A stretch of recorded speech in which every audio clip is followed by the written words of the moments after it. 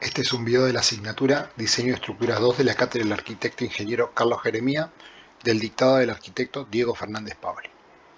En este caso, y concluyendo con la práctica de viento, vamos a ver un ejercicio donde tenemos un sistema de tabiques no simétricos en donde vamos a calcular no solo las solicitaciones, sino las tensiones debido a la flexocompresión que se producen a partir de la acción del peso propio y obviamente la acción del viento.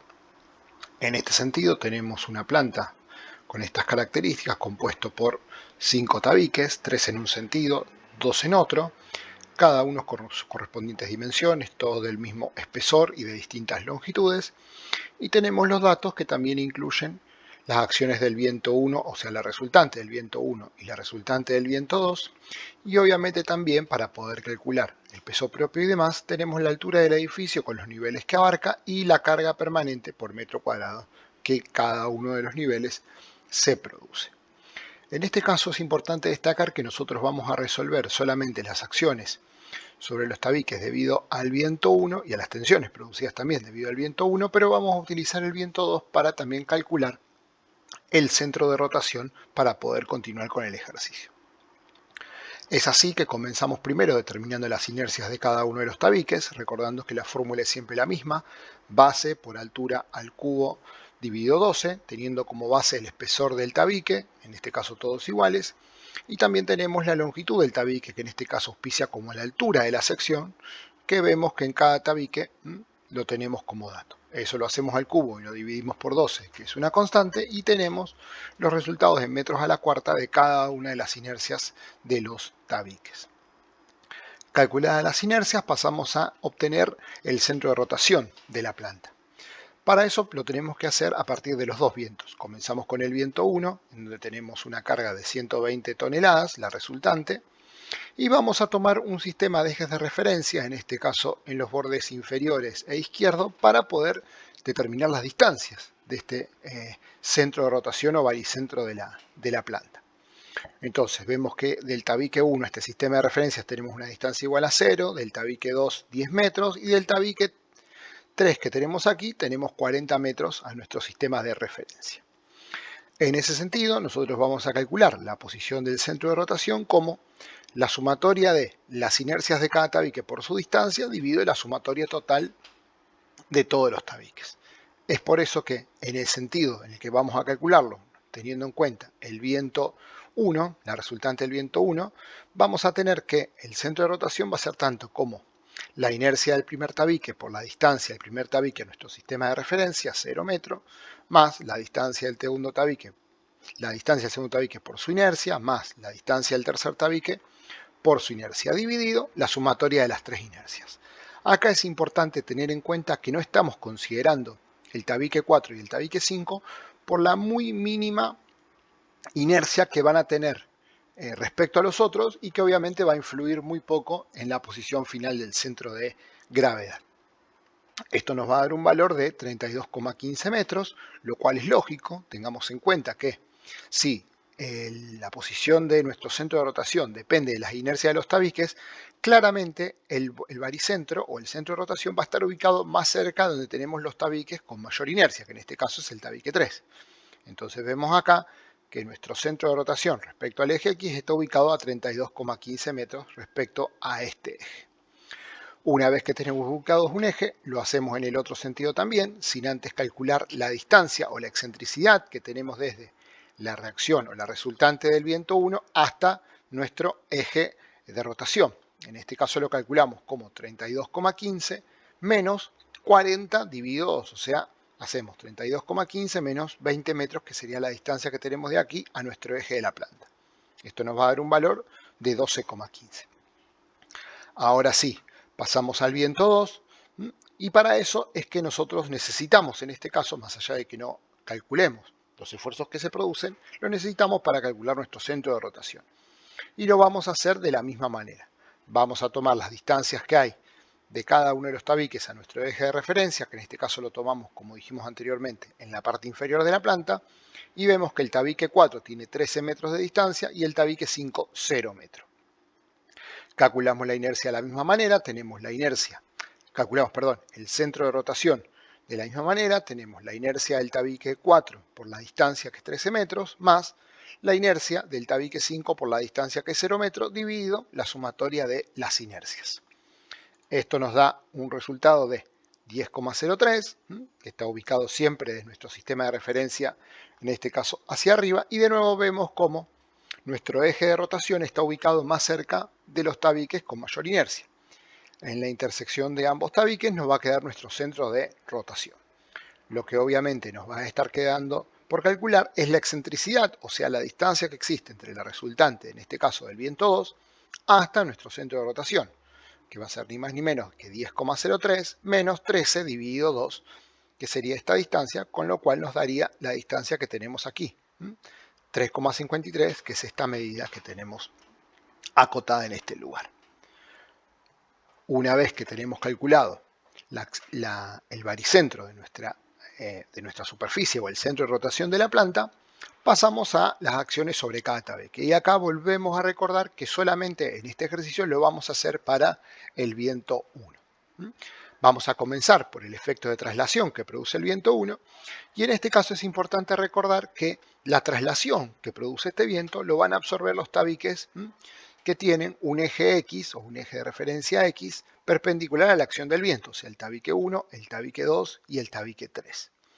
Recordamos que para calcular los efectos de traslación lo hacíamos como la resultante del viento, 120 toneladas, por la distancia que existe a nuestro centro de rotación, por la distancia del tabique 1, que tenemos acá, dividido la sumatoria de todas las inercias. La inercia del tabique 1, la inercia del tabique 2, la inercia del tabique 3.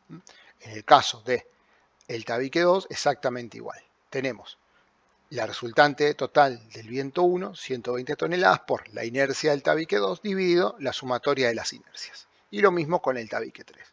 Esto nos va a dar cargas en toneladas que son las que van a estar actuando en cada uno de los tabiques. Si nosotros tenemos un viento actuando en esta sección y el tabique está soportando esa traslación, los esfuerzos van a ser igual y contrarios, generando este esfuerzo en cada uno de los tabiques, 18,17 toneladas, 7,17 toneladas y 94,66 toneladas.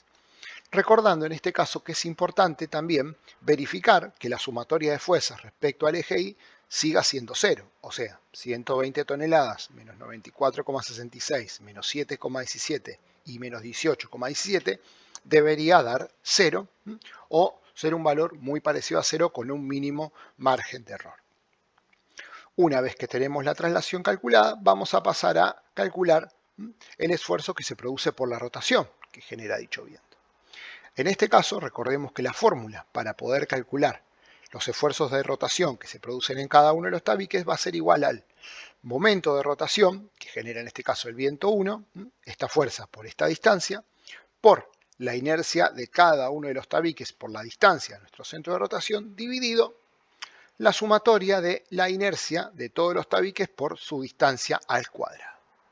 En este caso vemos que tenemos el momento de giro, 120 toneladas por 12,15, que es esta medida que tenemos aquí, que genera este momento, por la inercia del tabique 1, esta que tenemos acá, por 32,15, que es la medida que tenemos del tabique 1 a nuestro centro de rotación, dividido la sumatoria de todas las inercias por su distancia al cuadrado. Entonces tenemos la inercia del tabique 1 por la distancia al cuadrado, más la inercia del tabique 2 por la distancia al cuadrado, que es esta de acá, 22,15, que resulta de hacer 32,15 menos 10.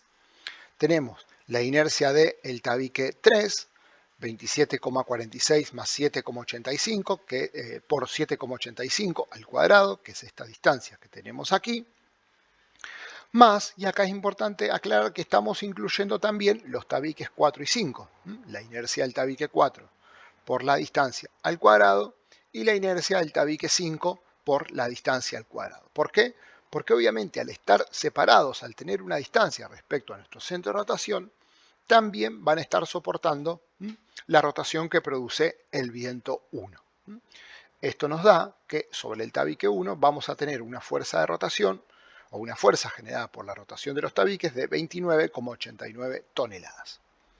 Si ahora con la misma ecuación calculamos los esfuerzos de rotación que se producen sobre el tabique 2, vamos a obtener un valor de 8,13.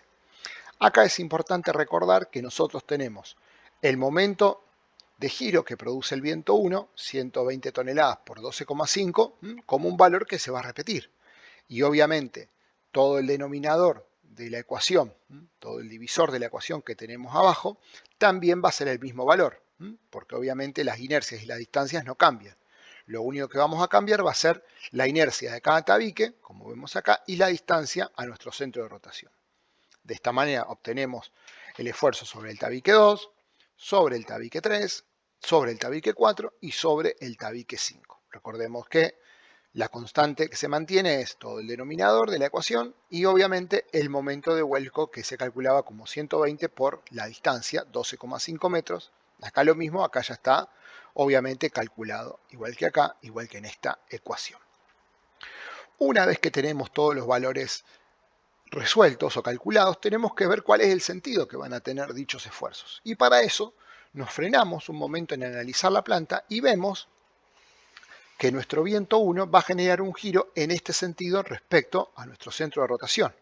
Por lo tanto, si los tabiques están impidiendo que se produzca este giro, tienen que girar de manera opuesta a dicha resultante. Entonces, vemos cómo el tabique 3 va a girar en este sentido, el tabique 5 va a girar en este sentido, el tabique 4 va a girar en este sentido, el tabique 2 en este y el tabique 1 en este. Todos en el mismo sentido, en este sentido antihorario, pero opuesto al giro que producía el viento 1 respecto a nuestro centro de rotación. Por lo tanto, si nosotros tomamos estos resultados para que estén produciendo estos giros, vamos a obtener que las fuerzas tienen que estar ubicadas en esta posición. En el tabique 3 hacia arriba, en el tabique 5 hacia la derecha, en el tabique 4 hacia la izquierda y en el tabique 2 y en el tabique 1 hacia abajo.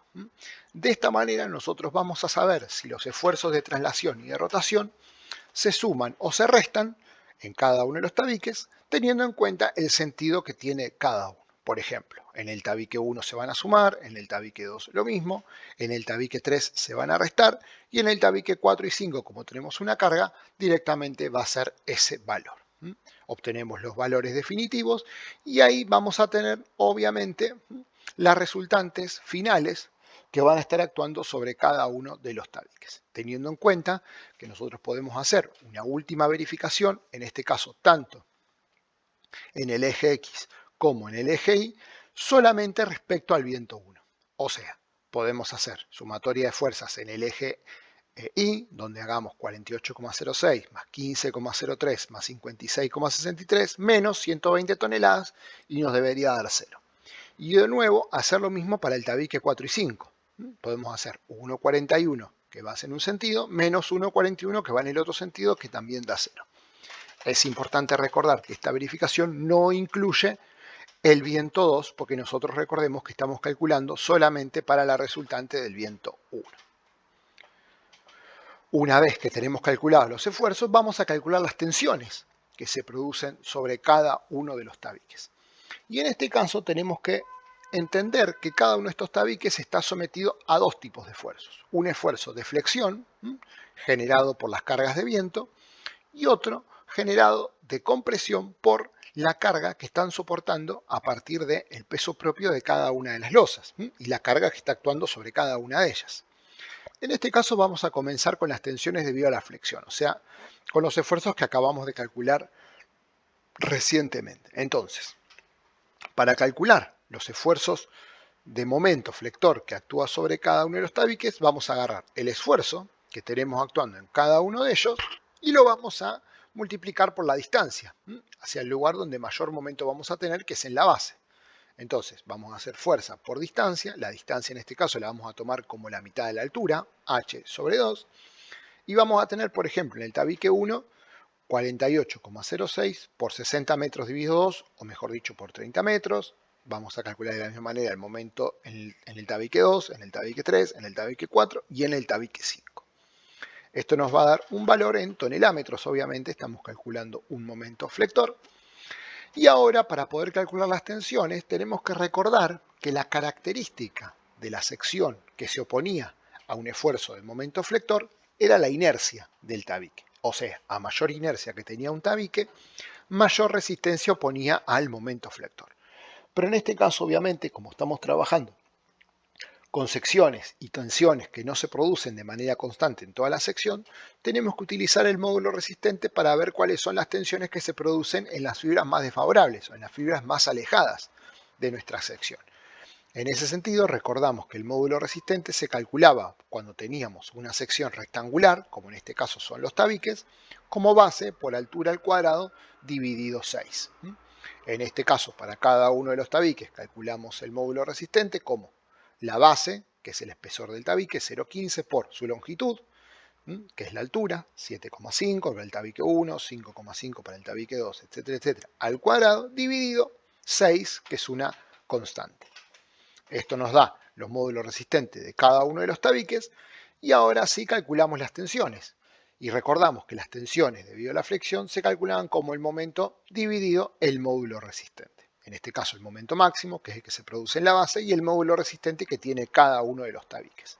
En ese sentido, vamos a tener, es importante destacar, el esquema de cada tabique, que cuando nosotros lo sometamos a este esfuerzo de momento flector, esto se va a deformar de esta manera, generando fibras traccionadas de este lado y generando fibras comprimidas de este lado. Nosotros recordemos que las tensiones que vamos a calcular son tanto las traccionadas como las comprimidas. Y lo vamos a calcular como vemos aquí, el momento sobre el tabique 1 dividido el módulo resistente en el tabique 1. Y así con cada uno de los tabiques. El momento va a estar en tonelámetros, el módulo resistente en metros al cubo, y esto nos va a dar un resultado en toneladas por metro cuadrado, la unidad de las tensiones. En este caso, fijémonos que tenemos una tensión en el tabique 1 de 1022,55 toneladas por metro cuadrado, en el tabique 2 de 603 toneladas por metro cuadrado, en el tabique 3 401,63, en el tabique 4 47 y en el tabique 5 105,75 toneladas por metro cuadrado. Bien, ya tenemos las tensiones debido a la flexión y ahora pasamos a calcular las tensiones debido a la compresión, que como dijimos es la que se está produciendo por las cargas que actúan en cada una de las losas. Obviamente el cálculo lo vamos a hacer de nuevo para la base, cuando los tabiques están ubicados en la planta baja. En este caso es importante hacer una gran aclaración que para poder calcular las tensiones debido a la compresión necesitamos saber qué carga va a recibir cada uno de los tabiques. Nosotros teníamos como dato una carga total sobre cada una de las losas, pero no sabemos qué parte de la losa está absorbiendo cada uno de los tabiques.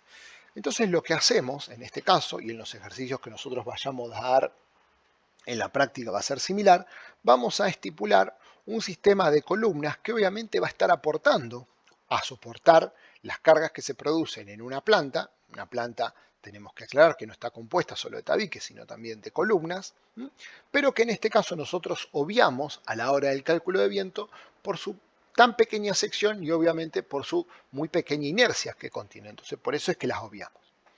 En ese sentido, y a partir de este esquema que nosotros suponemos que existe de columnas, podemos suponer o podemos definir una acción o una zona de cargas para cada uno de los tabiques. En este caso, vuelvo a repetir, no es importante saber cómo hacerlo, pero lo vamos a explicar porque generalmente en los ejercicios que nosotros realizamos, este dato va a estar dado por el enunciado. Fijémonos, por ejemplo, que si entre el tabique 1 y el tabique 2 tenemos 10 metros, la zona de carga de cada uno de los tabiques va a ser la mitad. O sea, vamos a tener 5 metros hacia acá, 5 metros hacia acá. Si acá, por ejemplo, tenemos 10 metros, pero este tabique está en este sentido, esta distancia probablemente sea 4, esta sea 6. Y así con cada uno. Si esto es 14, de acá hasta acá vamos a tener 7, entonces esta medida va a ser 3,5. Y lo mismo de acá hasta acá, si tenemos 7 metros, de acá hasta acá vamos a tener 3,5. Esta es una manera sencilla de poder calcular las zonas de carga de cada uno de los tabiques, pero recordemos que nosotros podemos hacerlo de una manera mucho más precisa a partir de la definición de dónde van a estar las losas, dónde van a estar las vigas, a partir de eso ver qué cargas tenemos sobre cada una de las columnas y los tabiques y de esa manera trabajarlo como lo veníamos haciendo en diseño de estructuras 1. Pero en este caso recordamos que nosotros damos este dato para poder calcular esas zonas de carga. En este caso las zonas de carga las calculamos, obviamente haciendo la superficie de dichas zonas. Por ejemplo, en este tabique 1 tenemos 5 metros por 10 metros, en el tabique 2 tenemos 9 por 9, en el tabique 3 tenemos 3,5 por 13, en el tabique 4 tenemos 15 por 4, 15 por 3,5 y en el tabique 5 tenemos 4 por 13. Teniendo en cuenta que obviamente este sector sería el que carga sobre la columna esta, este sector sobre esta columna, este sector sobre esta columna, este sector sobre esta columna y así sobre cada una de las columnas. Una vez que tenemos la carga donde se está produciendo la descarga sobre cada uno de los tabiques, vamos a calcular la carga total sobre cada uno de ellos. ¿Cómo lo vamos a hacer? ¿Cómo? La superficie que tenemos actuando dividido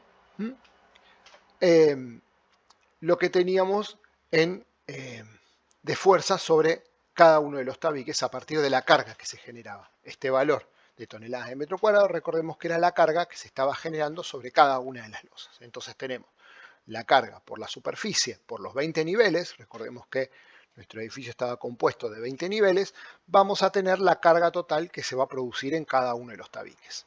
900 toneladas en el caso del tabique 1, 1458 en el tabique 2, 819 en el tabique 3 y así con los 5 tabiques. Recordemos, este valor de carga es la carga que teníamos actuando sobre cada una de las losas, era un dato del inicio del ejercicio, tenemos la superficie que tenemos sobre cada uno de los tabiques actuando y los 20 niveles que tiene nuestro edificio.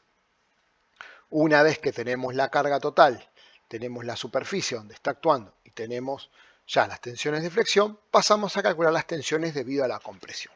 Y acá es importante recordar que las tensiones debido a la compresión se calculaban como las fuerzas que teníamos actuando sobre cada uno de los elementos estructurales dividido la superficie de dicha sección. Recordemos que en este caso, tanto para la compresión como la tracción, la característica de la sección que se opone a los esfuerzos normales, tracción o compresión, es la superficie o la sección, o sea, el área de cada uno de los tabiques. Entonces calculamos el área del tabique 1, en este caso como 7,5 por 15, o por 0,15 en realidad, la del tabique 2 como 5,5 por 0,15, la del tabique 3 como 13 por 0,15, la del tabique 4 como 6 por 0,15 y la del tabique 5 como 4 por 0,15, o sea, la superficie que tiene cada uno de los tabiques. Y obviamente acá tenemos que tener en cuenta que nosotros estamos despreciando los efectos de pandeo. Recordemos que cuando calculábamos a flexo-compresión, una de las características que teníamos que tener en cuenta era el pandeo que se producía en cada uno de los tabiques. En este caso, nosotros lo vamos a estar obviando para poder simplificar nuestro cálculo.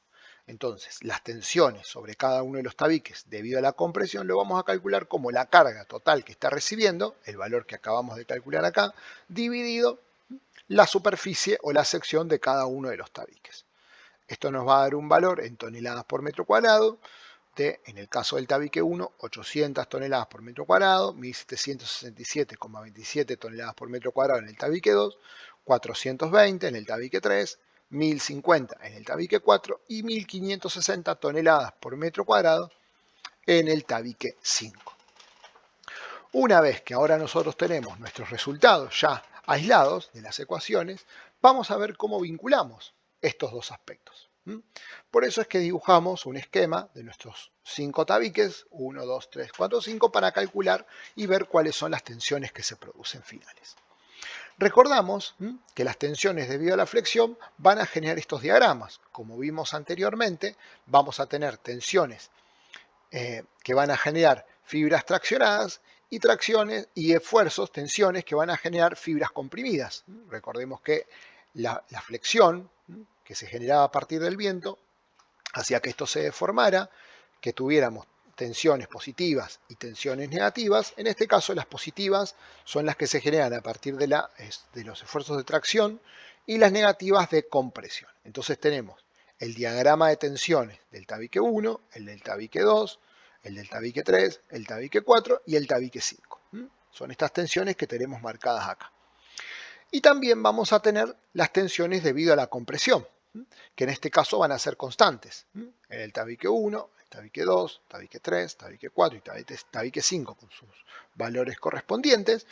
Y obviamente en este caso es donde nosotros tenemos que sumar las tensiones que se producen de flexión y de compresión, entendiendo que si por ejemplo en el tabique 1 tenemos tensiones positivas, o sea, de tracción, y tensiones negativas de compresión, y cuando calculamos las tensiones debido a la compresión tenemos todas negativas, nosotros lo que vamos a hacer es a estas tensiones positivas le vamos a restar estas negativas y a estas tensiones negativas que tienen el mismo valor le vamos a sumar estas tensiones, quedándonos un diagrama en este sentido. Si nosotros hacemos 1022,55 menos 800 nos va a dar 222,55. Mientras que si hacemos 1022,55, que es este valor que tenemos aquí, más 800, vamos a tener un valor de 1822,55 toneladas por metro cuadrado. Lo mismo si hacemos las mismas ecuaciones para el tabique 2, para el tabique 3, para el tabique 4 y para el tabique 5. Es importante acá destacar que los tabiques generalmente están diseñados para soportar esfuerzos o resistir solamente tensiones debido a la compresión, como sucede en el tabique 2, en el tabique 3, en el tabique 4 y en el tabique 5. Entonces, en estos casos es importante ver que estas mínimas tensiones de tracción que nosotros tenemos actuando sobre el tabique 1, vamos a tener que resolverlas a partir de elementos que soporten las tensiones debido a la tracción, que por ejemplo son el hierro. Vamos a tener que armar de una determinada manera nuestros tabiques para poder soportar estas tensiones positivas que se están generando. Finalmente, la última reflexión que vamos a hacer es recordar que a medida que nosotros nos alejamos de nuestro centro de rotación, los esfuerzos o las tensiones sobre cada uno de los tabiques van a ser mayores. Vemos acá, por ejemplo, y a partir obviamente a partir de su dimensión, vemos cómo, por ejemplo, el tabique 3, que es uno de los más grandes, pero que está muy próximo a nuestro centro de rotación, tiene tensiones muy pequeñas, mientras que aquellos que son muy pequeños y están más alejados, tienen tensiones obviamente muchísimo más grandes. Entonces nosotros tenemos que intentar definir o generar una planta en donde los tabiques estén más bien alejados de nuestro centro de rotación para poder tener mejores performance, y obviamente con tamaños parejos para que obviamente las tensiones se puedan equilibrar de una manera acorde. Esto fue todo por esta clase. Gracias.